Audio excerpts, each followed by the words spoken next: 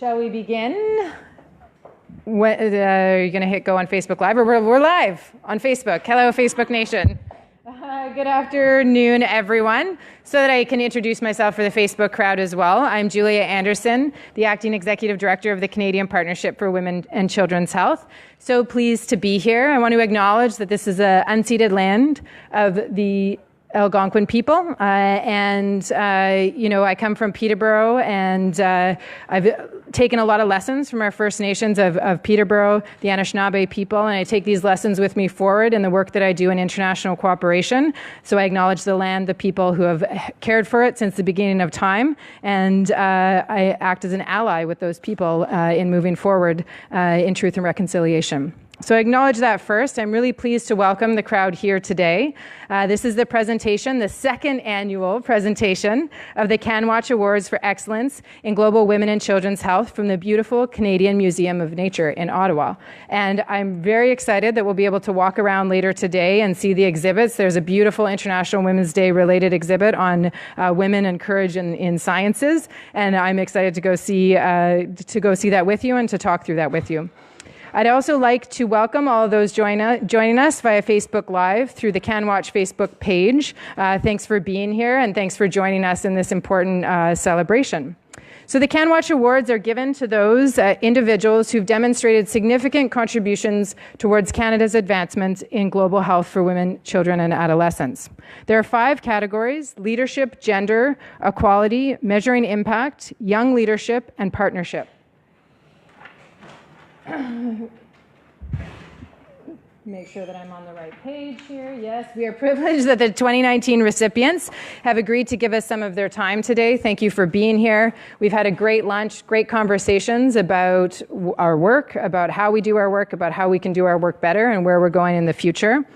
And one of our recipients, is actually joining us virtually. So I love when this works. This is beautiful. She's not though. Okay, I'll announce her later, but she's listening. Yes, she's listening on the screen. So when the technology works, we all work in international cooperation, and it is so wonderful to be able to Zoom people in, to bring people in, to Skype them in, and to have them part of our conversations.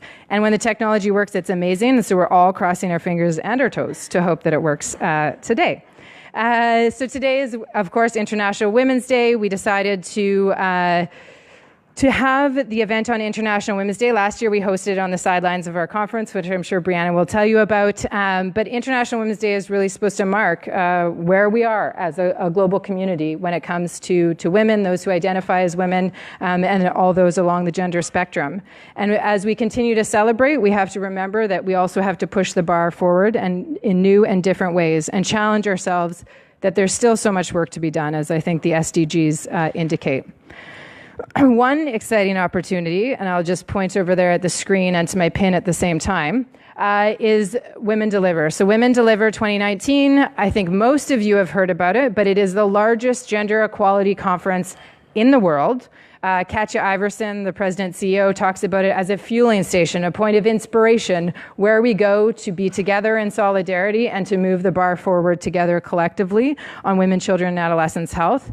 I invite you all to come. I think there's 900 spots left for the conference. But I also really encourage you, which is not a lot, seeing as there's 7,000 people coming. I really encourage you to also join the Women Deliver mobilization. So we at CanWaCH, we along with our partners, identified early on that, in order to bring civil society together in effective ways and to mobilize towards this incredibly important, potentially watershed moment, if we make it, we have to collect ourselves. We have to work together. We have to identify collective legacies. What do we want this conference to really be about? And so CanWaCH houses the Women Deliver mobilization. The mobilization is not just about the usual suspects, the people who would have flown over to Denmark when the conference was there. It's also about those frontline workers, those women and men who are working in the Vancouver downtown east side day in and day out, trying to move the bar on gender equality. And so we welcome all organizations, companies, businesses that are involved in gender equality to join the mobilization. I encourage you to do that. Make your events mobilization, hashtag We Deliver 2019. Got that right? Excellent. We Deliver 2019. Just throw it on everything. Don't complicate it. Just put it on there. You're doing something about gender equality, just throw her on there. All right? So please look at our website, check out our website, join the mobilization, and join us in Vancouver shortly.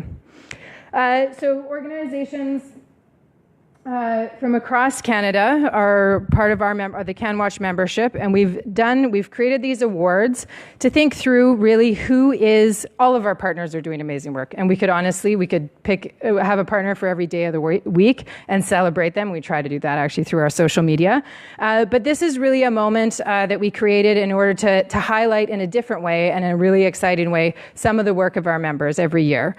So nominations, we kept the nominations open for 2 months on our website, through our newsletter, through our various social media channels. We got many applications. So to be chosen was, you were not chosen from a few, you were chosen from many.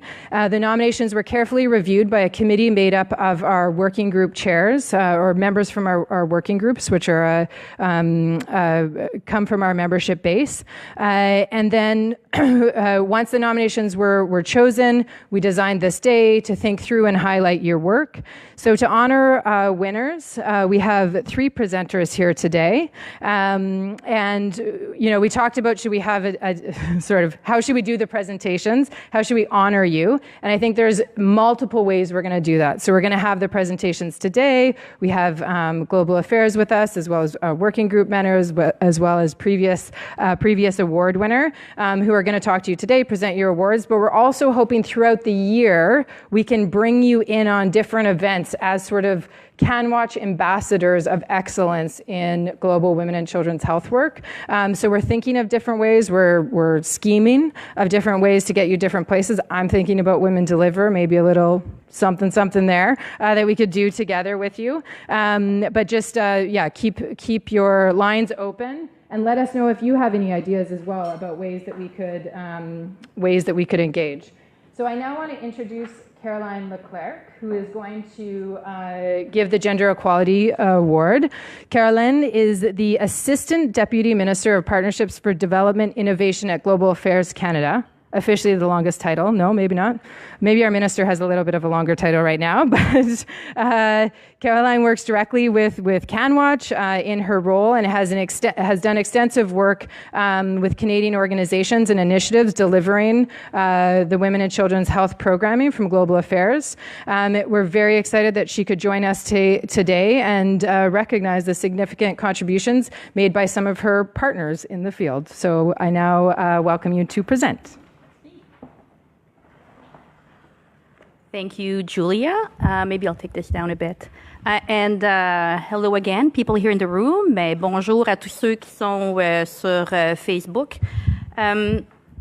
C'est vraiment une opportunité pour moi, puis c'est grâce à notre partenariat avec CanWaCH que j'ai le plaisir d'être ici avec vous aujourd'hui pour pouvoir participer à reconnaître l'excellence de femmes canadiennes dans le domaine de la santé, des femmes et des enfants. Donc, un grand merci à vous tous.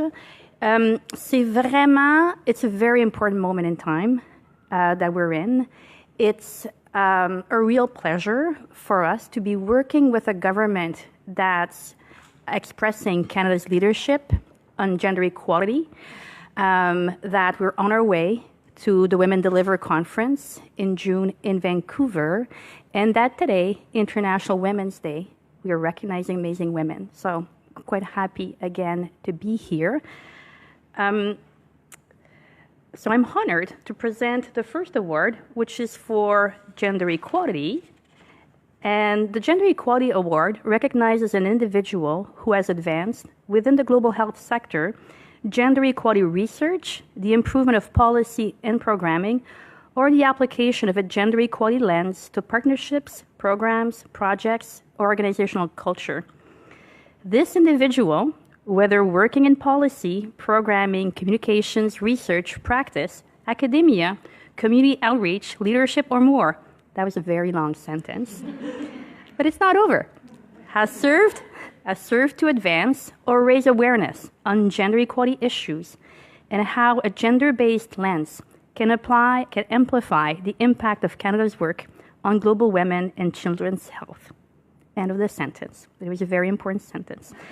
And the winner of the 2019 CanWaCH Award for Gender Equality is Jennifer Dunville. So congratulations to Jennifer Dunville. And Jennifer, you just sit there while I sing your praises or explain why you're getting this award, because it's quite impressive.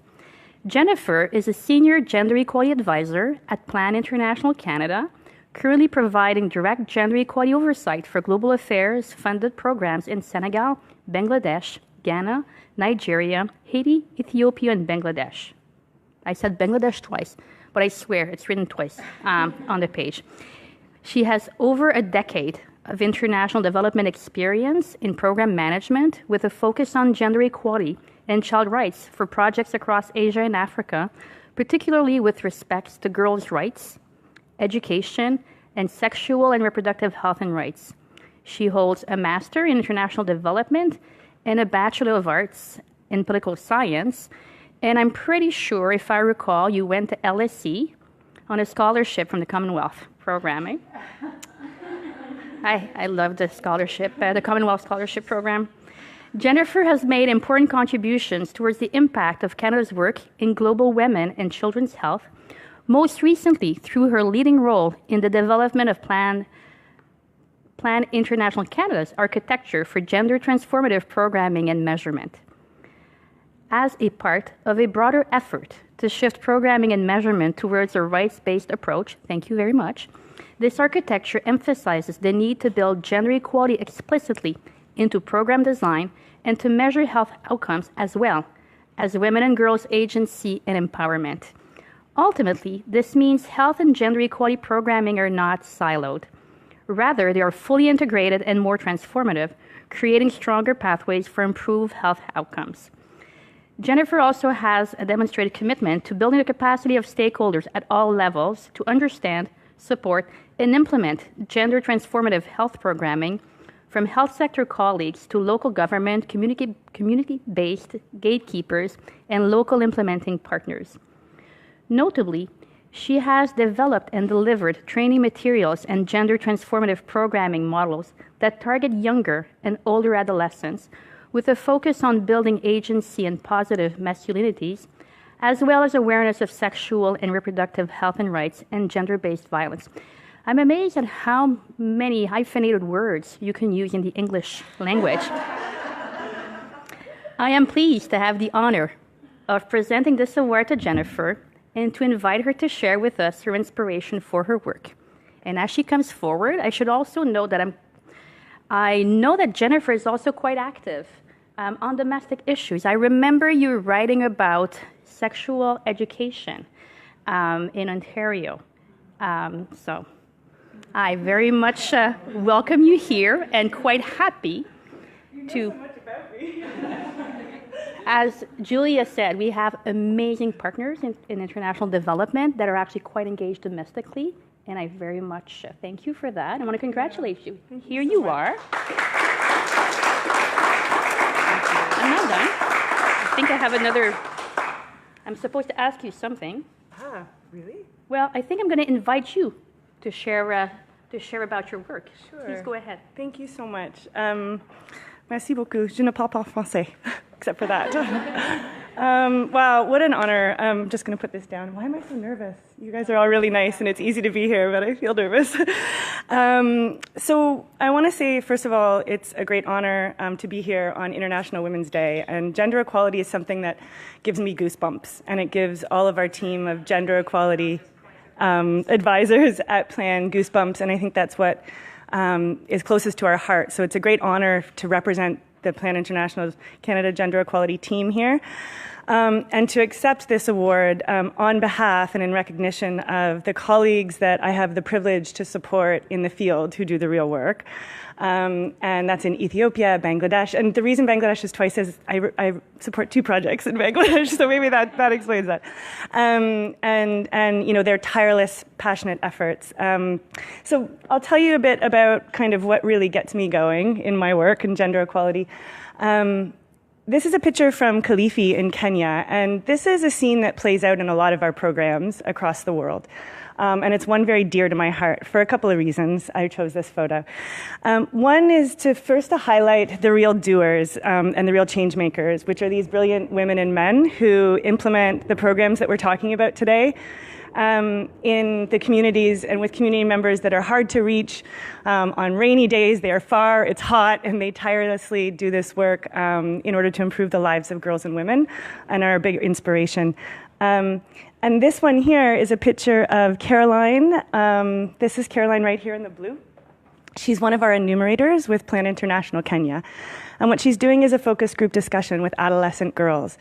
And this was a part of a gender equality assessment that we were doing. And important parts of these conversations were around thoughts and experiences on gender-based violence and sexual and reproductive health, accessing information and services. And they were a part of our kind of midterm check-in of one of our programs in Kenya to say, where are we at? Are we hitting the mark? Are we making the changes? And so the first reason was to highlight Caroline's important work as representative of our teams in the field. The second reason was because I wanted to talk about measurement of gender equality outcomes, and it's a passion of mine. I think it's super important. I know that there's a whole measurement award coming up, so I'm not gonna, sorry, Marty's like, Jen, come on, it's my thing. No, I just wanted to say that it's difficult, and it's expensive, and it's time-consuming, and it's tricky, and it's not a perfect science, and it is so, so important. And it's a really exciting time right now, I think, in our industry and amongst gender equality experts and specialists, that we're really starting to kind of come together around some best practices in terms of how we measure, alongside our health outcomes, those agency and empowerment outcomes that tell us, like, are we moving the dial on health and empowerment? And I think that that's a really exciting, like, I'm goosebumping right now. So I wanted to kind of highlight that this is a big part of what we do at different points in the project cycle. And those check-ins and conversations. And often, you know, in order to understand agency and empowerment, we need to use trickier qualitative methods for data collection. And so that I wanted to demonstrate that. And finally, and most importantly, I think, is the voices of girls. And when we ask girls where and how they get health information, why they don't seek sexual and reproductive health services, and what they need to make and articulate healthier decisions in their lives, we deliver programs that respond directly to them. And these consultations are key in us really understanding and reflecting the voices of young girls in our programming and making sure that that's always at the center of what we do. And so at Plan International Canada, we're working really hard to make that the center driving force of our work and our design, and making sure that we keep checking in that we're on point for girls and hearing their voices of girls and young women as well. And so to all of those girls and to our partners in the field and to gender equality champions across Canada, happy International Women's Day. And it's an honor to be here and share this with you guys. Thanks.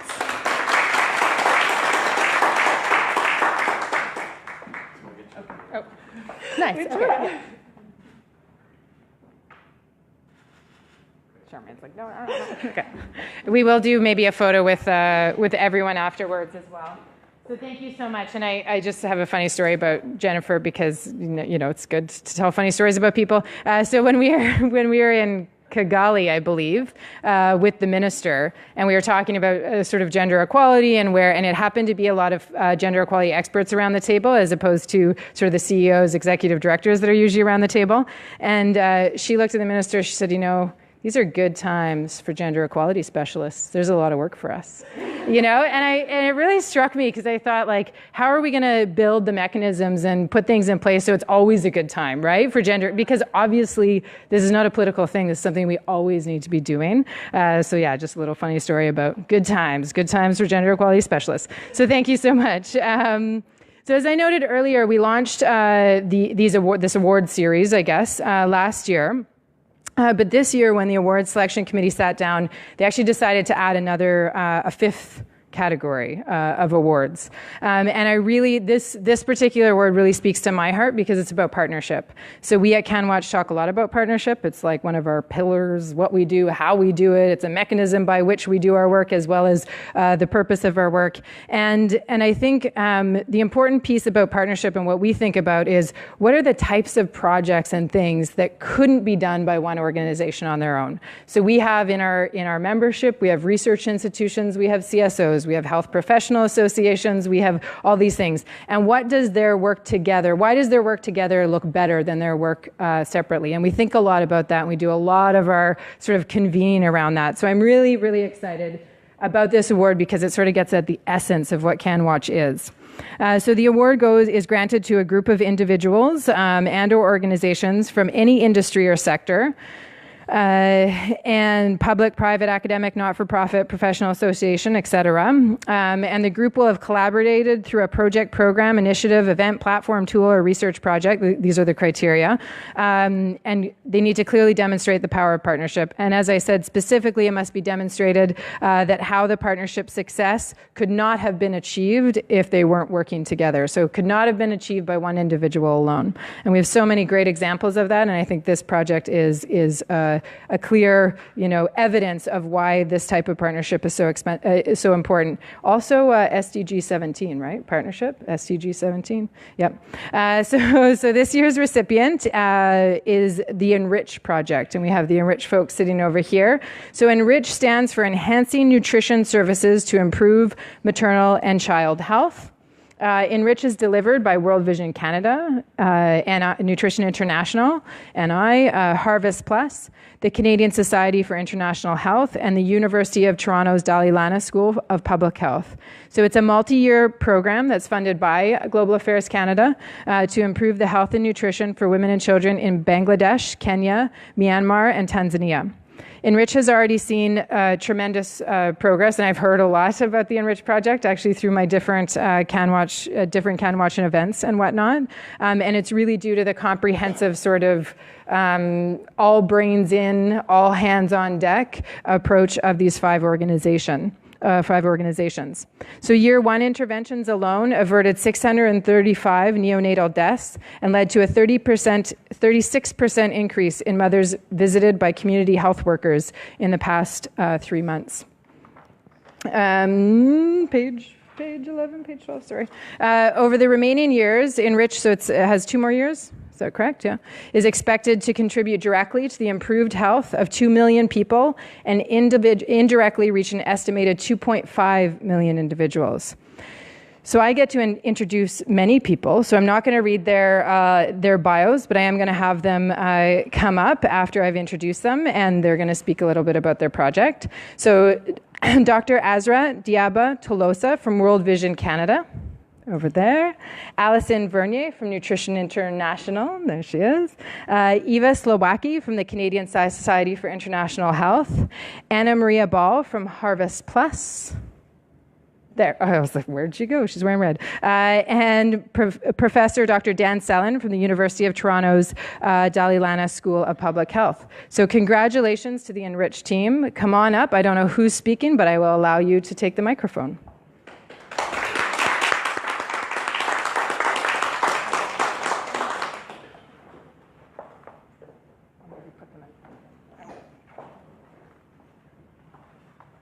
I'm just going to set these in front, and you can. Right, that's not going to be great photographs, but. Behind you.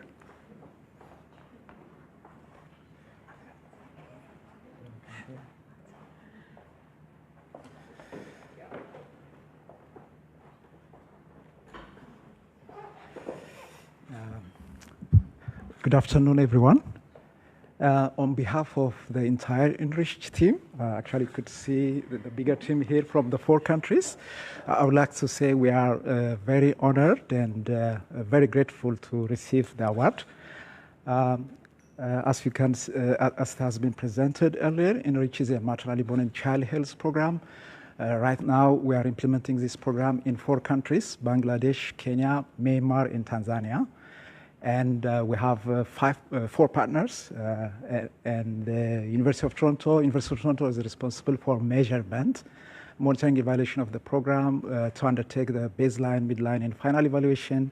And then Canadian Society for International Health works on health system strengthening in Tanzania, and Harvest Plus promotion of biofortified crops in 3 countries now, Bangladesh, Tanzania, and Kenya. And then Nutrition International is implementing in 4 countries around health system strengthening, like improving the supply chain for nutrition commodities and distribution of micronutrient powders to children between 6 to 23 months. After saying that, I would like also to take this opportunity to thank Global Affairs Canada for the generous funding of this program. We are really very grateful. Maybe a small update here. We have been implementing in Pakistan, but since November 2018, we were requested by the government, along with other 17 NGOs, to leave the country. So we have closed our Enrich program in Pakistan, but implementing in the rest of the 4 countries. I would like to speak about a bit this photo, and I would like to introduce to you Mageni and her 2 children, Doto and Kulwa. Mageni lives in Tanzania, in one of our regions called Shinyanga. And these are the stories which inspire us and also motivate us to make contributions and positive actions in our work, and really very positive human impact story. So some time back, through our regular nutrition screening activity, Doto, with the green dress, was found to have malnutrition. And then Doto was also suffering from other chronic illnesses. And then Doto and Mageni were admitted to what we call nutrition cooking demonstration and practice session, where the mothers are expected to attend every day for 2 hours for 12 days to learn how to cook nutritious food out of locally available food ingredients.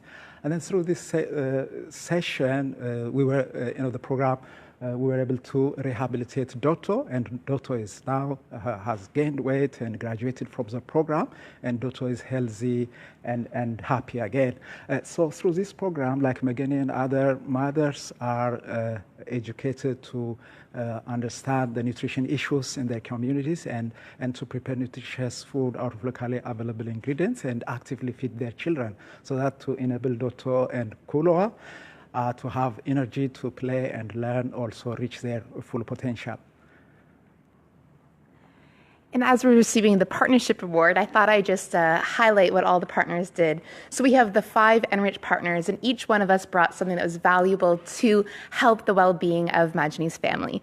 So we start with World Vision, who were able to help Mageni's family understand locally grown foods and be able to do that through cooking demonstrations. Then we have Harvest Plus, who is able to ensure the availability of key micronutrients through biofortified crops like orange flesh, sweet potato. We have the Canadian Society of International Health, who helped strengthen all the health systems that were able to even identify that Doto was ill in the first place. Then we have Nutrition International, who was able to help fortify Doto's food and maintain her health and fortify that food with essential vitamins and minerals to make sure she's healthy and is able to grow. And all of that is supported by University of Toronto, who's able to help identify the strengths and weaknesses of our program through evaluation that's able to lead to key activities. So I just want to take this time to thank Carolyn Marshall for the nomination, and also to the CanWaCH Award Selection Committee for all of your hard work. Again, thank you from the whole Enrich team, and happy International Women's Day.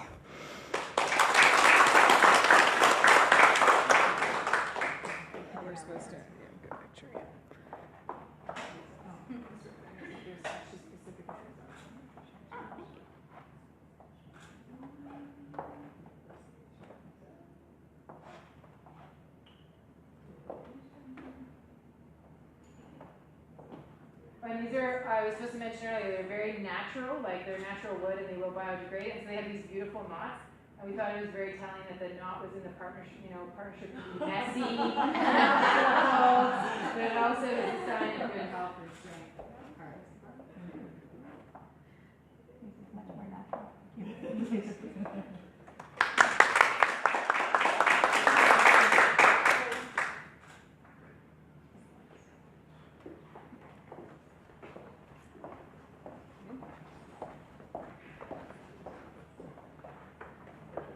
So next we have the Young Leaders Award. I keep saying this is my favorite. They're all my favorite awards. But the Young Leaders Award is going to be presented by Brianna Cheng. I think it's really... we're thinking that we might do this with all the awards next year, have the last year's recipients pass them on to the new recipients, because I just love the sort of the look and the energy of that. But so pleased to have Brianna here. She's currently studying for her master's at McGill University in epidemiology. And I was talking to her a little bit about her plans and what she's working on, and just thinking through that it's so nice to see people sort of at the master's level and imagine, in 25 years, 30 years, she could be receiving another award for some of this great work that she's going to take on in the future as well. So that's sort of full spectrum of leadership from a very young age, and that's what this award's about. So I'll pass it on to you to talk about it, Brianna.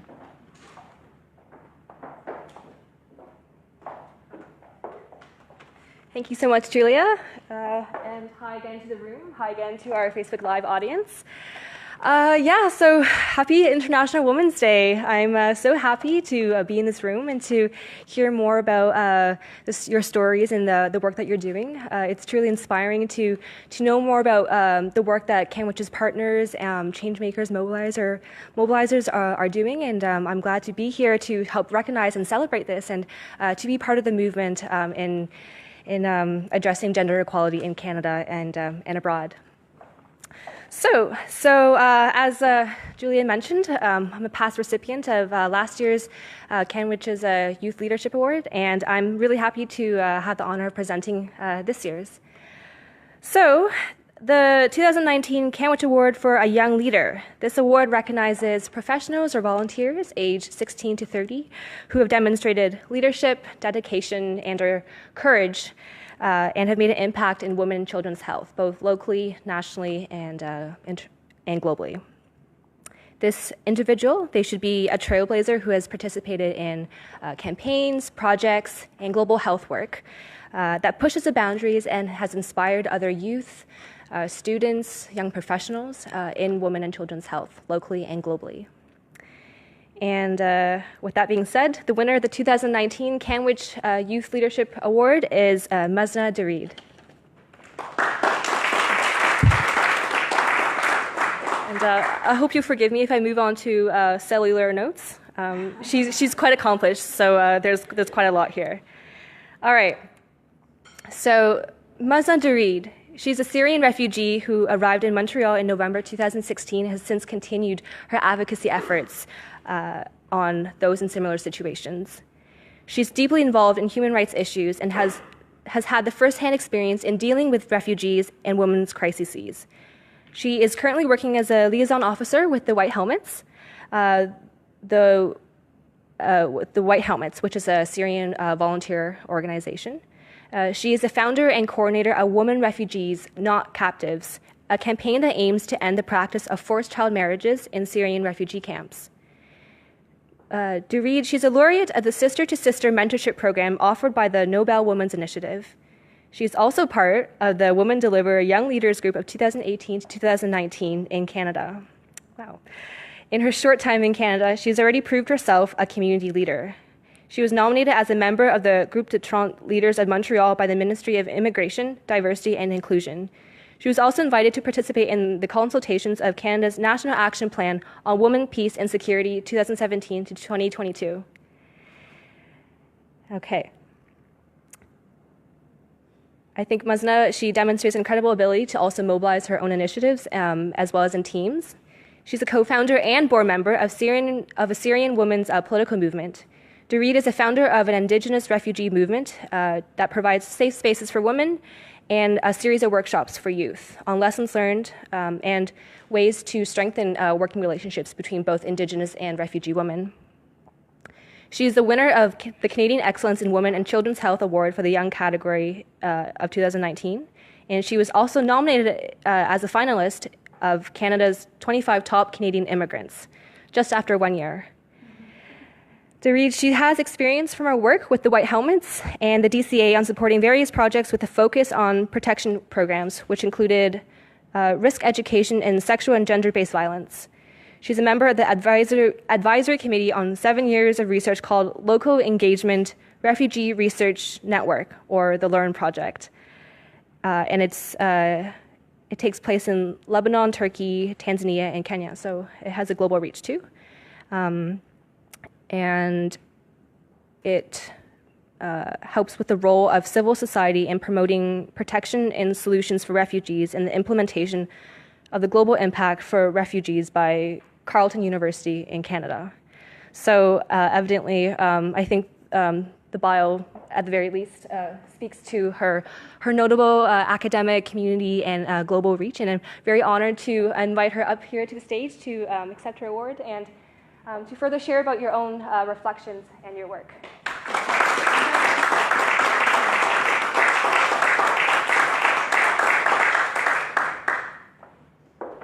Good morning, everyone. I'm truly honored to receive this award and humbled to dedicate it for my female colleagues of the White Helmet. This picture was taken last month at our annual meeting at Syrian-Turkish borders, and this is with my female colleagues of the White Helmet. Due to the Canadian support and fund, the 236 brave women of the White Helmets are operating in the most dangerous place on the earth. They were trained in medical care, search and rescue work. They risk their lives to help anyone in need, fully aware that rescue sites are often targeted with the second bombing round by Russian and Assad regime warplanes.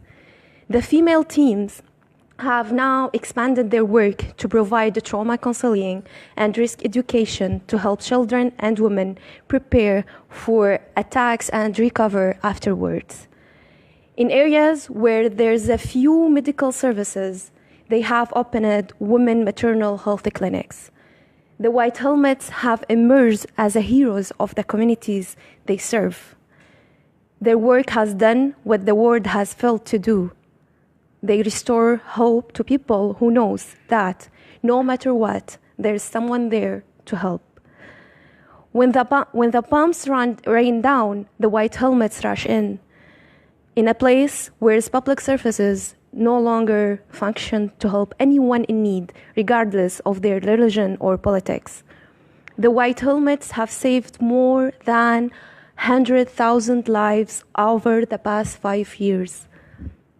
Their inspiring work has earned them recognition at the highest international levels, and they were nominated for Nobel Peace Prizes for 3 times. The White Helmet's motto is taken from the Quran: to save a life is to save all humanity. In a conflict where so many have chosen violence, the White Helmets wake up every day to save lives that others are trying too hard to take. The White Helmet's dream is to end bullying bodies from under rebels, and their beloved Syria comes at peace. When this day comes, the White Helmets want to play their part in rebuilding a Syria where everyone's rights is respected. In a country where more than half of the population have been forced to flee their homes, the White Helmets So this picture is very emotional for me. In a country where more than half of the population have been forced to flee their homes, the White Helmets wants to rebuild homes and rehouse families who want to return. In Syria, gender-based violence is used as a weapon of war. Yet the women of the White Helmets have defied the odds to claim their space and participation in shaping their country's future. Thank you so much, and happy International Women's Day.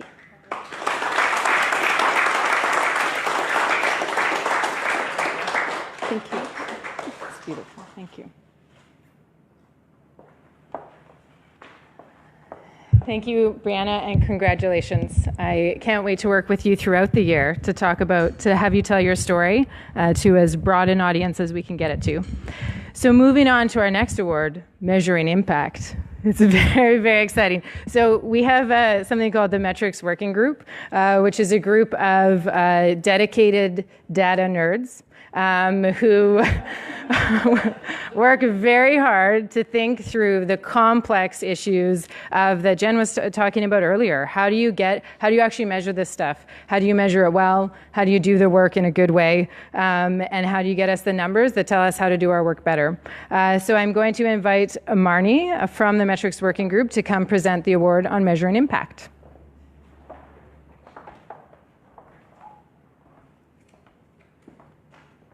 So I just want to start out by saying the data nerds have a lot of fun at the Metrics Working Group. So I am really, really pleased to be able to present the CanWaCH Award for measuring impact because I am a data nerd and I do love data. And without the ability to collect and analyze good data and information, we really, really struggle to be able to tell our stories, to have quality programming, and be able to raise the voices of women in the work that we do. So the Measuring Impact Award recognizes an individual who champions the collection, analysis, use, or sharing of data, or monitoring and evaluation approaches. And for for those of you who really get excited about data, this is so, so, so important. To communicate the impact of Canadian efforts in global health, which is something we are all challenged with, and enable the best possible programming for the people that we're trying to serve. This individual has contributed to or advocated for the improved quality of or access to health information, conceived of innovative new ways to collect, analyze, or implement vital health information on women, children, youth, or gender, has contributed to strengthening the project monitoring and evaluation community in Canada and globally, or made contributions to improve the collection, analysis, implementation, or dissemination of health information. And nominees can come from any sector or discipline, and as Jen has shown us, the use of data is something that everybody can be inspired to do. So having read this biography, I am so honored to be able to announce the winner of the 2019 CanWaCH Award for Measuring Impact, Dr. Vandana Sharma.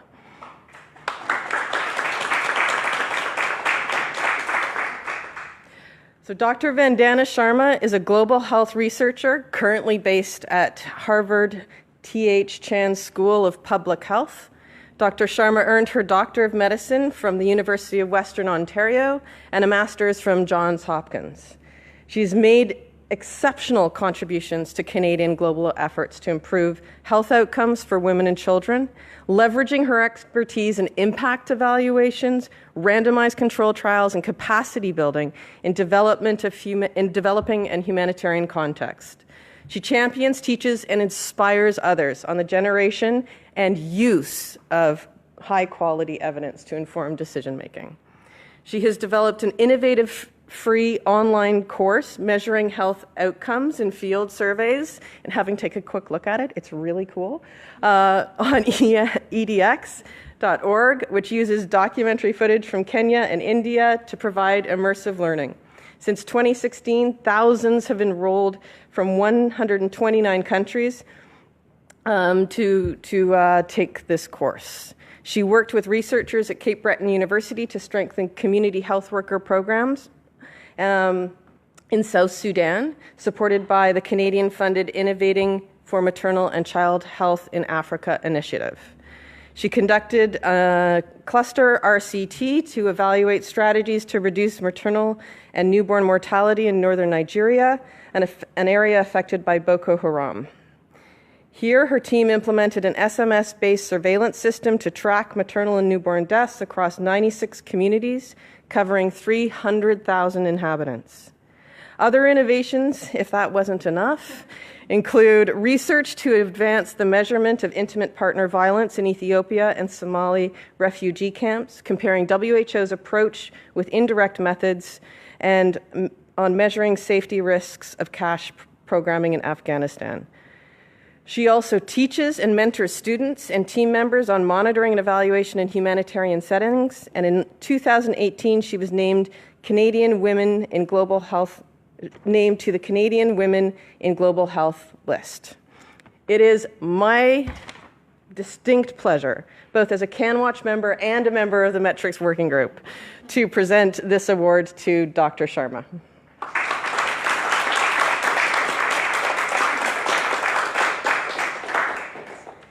Thank you. Thanks so much. There you go.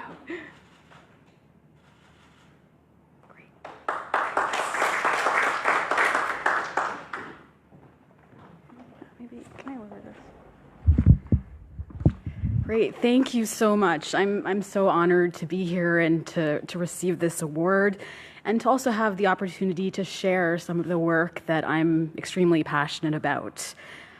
First, I just want to ask you to take a couple seconds to take a look at this photo and just think about whether there's anything that seems unusual in this picture to you. I'm going to come back to this in a few minutes, but I just wanted to have you look at it for a few seconds. So I studied biology and then medicine and then eventually public health. But for as long as I can remember, I've been particularly drawn to global health issues and in particular those affecting women and girls. I've also been drawn to measurement and evaluation, and so I'm also a data geek, as we heard earlier. But I've been drawn to these areas because they are so fundamental to making progress, to be able to understand the scope and scale of problems, and also to be able to assess the effectiveness of promising solutions. So since 2012, I've been working with colleagues to develop and test interventions to reduce maternal mortality in northern Nigeria. So this is an area, as many of you know, that's been affected by the Boko Haram crisis. But it's also an area with one of the highest levels of maternal deaths in the world, and where the poor health outcomes are further exacerbated by the insecurity. So in this part of the world, as in many other areas, most deaths occur at home and they are unrecorded. So that means they almost don't exist. So in partnership with agencies and with the Ministry of Health in northern Nigeria, we set up a surveillance system that was mentioned in a little bit earlier, where local women were trained to monitor households in their villages and to send text messages each time there was a maternal or newborn death. So this low-cost system spanned 96 communities and over 300,000 inhabitants. Measurement also remains a major challenge in the areas of gender-based violence and in particular intimate partner violence. Existing data do demonstrate that IPV, intimate partner violence, is very prevalent. So globally, 1 in 3 women will experience intimate partner violence in their lifetime. And we know that it has numerous physical, health, psychological, and economic consequences. But IPV remains an invisible problem. It's hidden behind closed doors. We are working on improving measurement of IPV. It's such a challenge because many women choose not to disclose their experiences due to fear, shame, stigma, and other reasons. So in southern Ethiopia and in Somali refugee camps, our team is conducting research to improve the measurement of intimate partner violence, but also to rigorously test and evaluate programs that have the potential to prevent and reduce intimate partner violence. One promising program is called Unite for a Better Life. And this program brings together groups of men, women, and couples to participate in skills building sessions around relationships. So that includes challenging gender norms and roles, managing conflict in relationships, equitable division of household tasks, as well as healthy sexual relationships. The program is embedded within the traditional Ethiopian coffee ceremony, which is a traditional forum for community discussions. So that brings me back to this photo behind me, which was taken in Ethiopia in one of our program communities. The picture shows a man who is preparing coffee. And you can see the coffee pot on the fire. You can see the beans he's just roasted and some that he's hand ground in the mortar and pestle he has there. And the man is also very engaged with this child. But for me, what the most striking feature of this photo is that the man is doing a task, making coffee, which is traditionally a woman's role in these communities. Given the strong gender division of tasks in these rural areas, seeing a man preparing coffee would be extremely unusual, if not impossible. But however, after participating in the Unite for a Better Life program, this man and his wife, along with many other couples, are challenging these deeply held gender norms and engaging in more equitable behaviors. Some have also reported reductions in violence. So one male participant said, "In the past, I walked with rigid gender norms inherited from my culture, my family, my community, and my religion. Now I have been reborn. This program has changed my whole life." So our aim as researchers, partners in this project, is to actually find a way to effectively and accurately measure the impacts of this program, and we're doing that in a randomized control trial. To end, I want to thank you again for recognizing this work. These projects are truly collaborative and the culmination of the contributions, efforts, and dedication of countless people, including researchers, program staff, field teams, and community members, as well as the donors who sponsor the work. Thank you to everyone who has contributed, and to Dr. Jennifer Scott, who nominated me, and as well to the Canadian Partnership for Women and Children's Health. Thank you.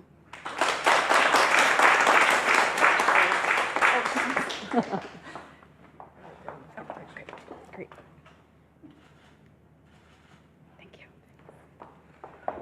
Thank you so much, and congratulations, Dr. Sharma, and thanks, Marnie, for presenting. So this brings us to our final award, final CanWaCH Award presented here today, and I'm going to invite Carolyn from Global Affairs to come back up and present the award.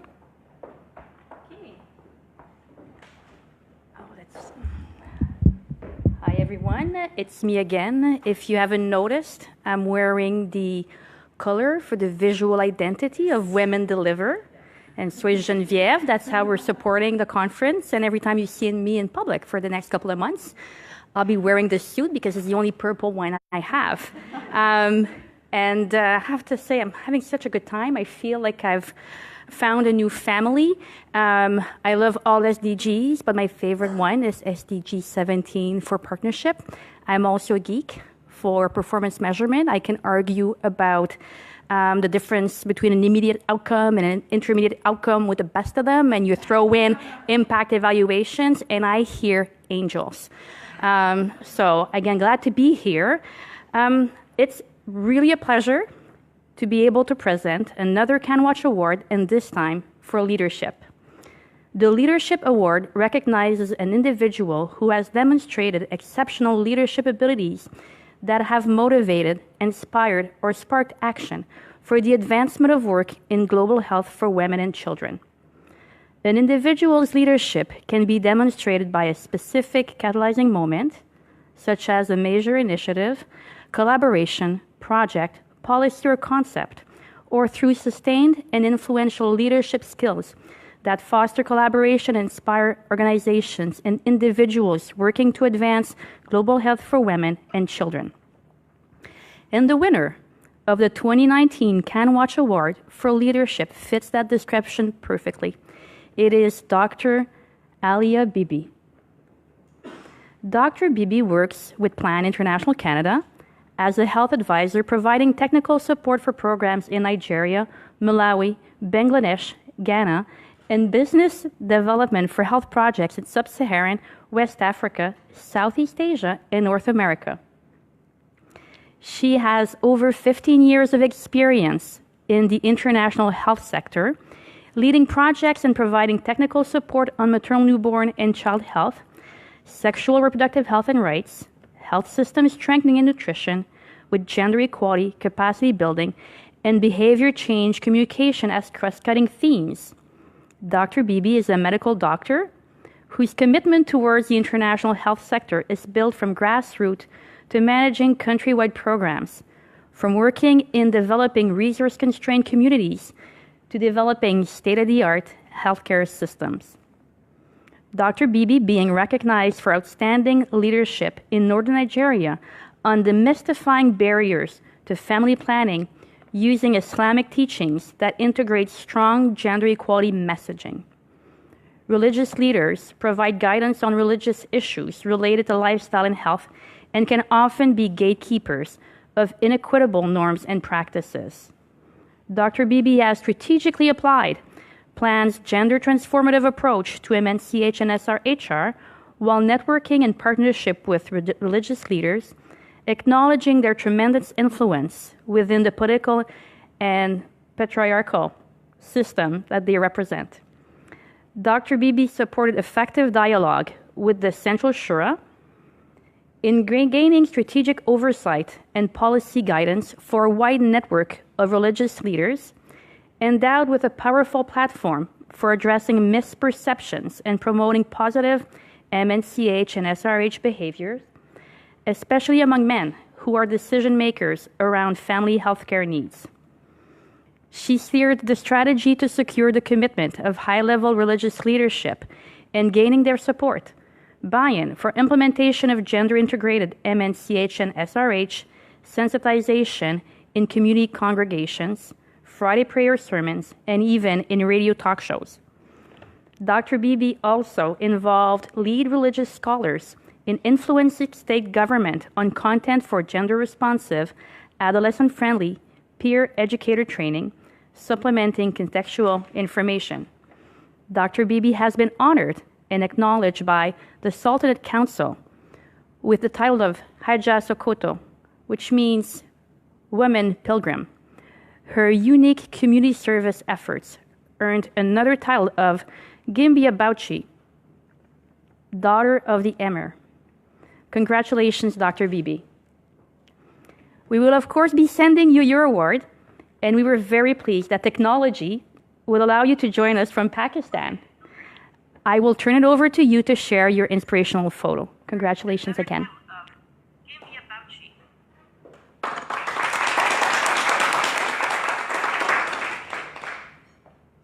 We will, of course, be sending you your award, and we were very pleased that technology will allow you to join us from Pakistan. I will turn it over to you to share your inspirational photo. Congratulations again.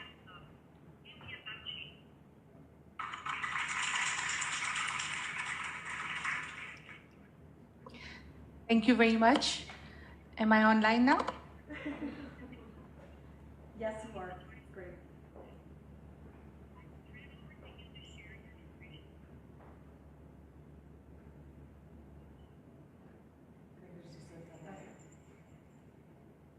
It's all good, Dr. Beebe. Go ahead. Can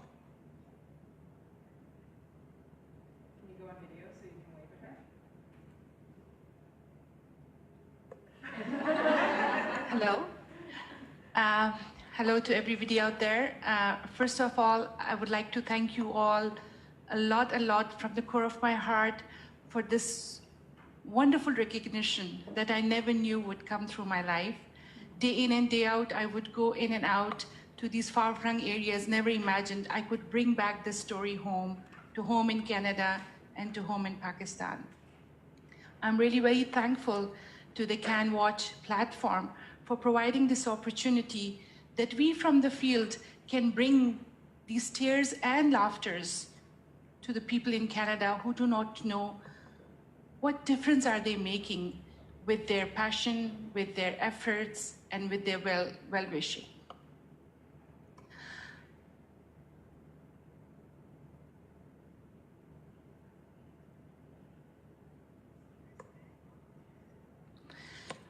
It looks like there's a little bit of backlog in the voice. I would like to continue. I'd like to share this story with you. This is the photo that you see on the screen in a little while is a photo of twin girls that were born in one of the health facility at an area called Azaro in Nigeria. I was there conducting training for the healthcare providers on life-saving skills. So these are the healthcare providers who are supposed to be in the field, in the far-flung areas, saving lives of mothers and newborns. So these twins, I cannot show you the photo of the mother. She was an adolescent girl of around 15 years of age, and she gave birth to these children. She was married to a person who just left her down the road when she got pregnant. Her parents gave up on her, her mother and father. They were not ready to take her responsibility or the responsibility of the children in the absence of the man who impregnated her. She was lucky enough that when she was in labor, one of her cousins brought her over to the health facility to deliver, and she delivered these twin babies. What I can't see in this photo is the fright and fear that I saw in her eyes when I was looking at her. She was severely anemic. She did not have any family in and around her who could take care of her. She did not have anybody to pamper her because she had recently delivered. And if you look at this photo very carefully, these children, this is almost a day, towards the end of the day that the children are birthed, they don't even have a clothing around them. They're just wrapped in her own overgarment, and they were lying towards the foot side of the bed, not even near to her. And she was least interested. She was lost in her own pain and worry because she was really semi-conscious at that time. And people around from non-government organizations or from charity organizations were trying to bring in help for her. When I looked at this girl, I thought about it. She's like 15, 16. I was like, I got married at a very young age. I was able to bear a child at a very young age. However, because I was able to defy the normal, I was able to come through with a lot of support from my family and my loved ones, that I was able to fulfill my dream and be there in that community, be in Nigeria, being born and bred in Pakistan, to work for them, to help them, to support them, and to see what we can do by working together. I thought at that moment that had I not defied the normal, it would have been me instead of her. And then at the same time, it was very important to think that this young girl, when got pregnant, she had two options, either to abort the child or to give birth. Well, okay, she did not have access to family planning, so she did not go for an abortion. But when she gave birth to these children, now again she is lying here, unattended, unsupported, and there's nobody to look at her pain or to give her help. And to make the matter even more problematic, we see that these are two young girls again. So it sees that the vicious cycle that happened to her is going to be repeated with these two young children again. So these two young girls would be facing the gender barriers that any girls face in a community like that. And that was a very, very important moment to think about, that what we as PLAN are doing in these communities when we talk about gender equality and trying to sensitize and trying to work towards building more empowerment around women. These are some of the examples that help us do what we do, that keeps the blood running in our body, in our heart, to work towards challenging these conservative traditions. It's based on these examples that we work in Nigeria with the traditional and religious leaders, the head scholars around the different sects to come together, because this is a predominantly Muslim country. And we could not fight these barriers other than addressing it through the support from the Quranic teachings. We had to really strategize a systemic approach to bring together religious leaders who were convinced and sensitized by healthcare workers on the importance of adolescent health and health of the mother and the newborn. And the importance of family planning that has a very, very central footing in this kind of situation. We were able to work through these sectarian groups to bring about the recommendation that the Holy Quran sends in for the help of mothers and newborns in situations like these. And with the endorsement of the Ministry of Health, we were able to compile all this support material and use it for the education, for the sensitization, and as a key support for these religious leaders to take it forward from there on to the very, very far-flung areas and communities all around in different states. With that, I thank you all very much. I'm very, very honored to be here, and I really am proud of my MNCH faculty at CanWaCH. Thank you again, Judy.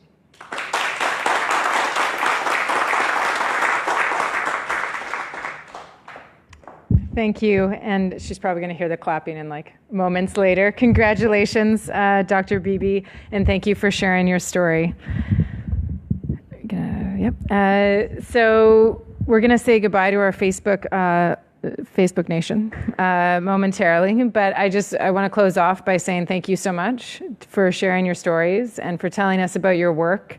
I think so much of what CanWaCH tries to do is to get these voices across, get these stories told, get into the weeds on what you're doing and how you're doing it, and get that across to the Canadian public. So I hope we've provided a platform for you to share your stories, and we'll endeavor over the next year to continue, well, and beyond, to continue to provide you a platform to tell the story of your work, to tell the story of the people that you work with, and hopefully to collectively advance our work towards gender equality, our work for women and children around the world and here in Canada. Goodbye to Facebook Nation. Thank you for joining us.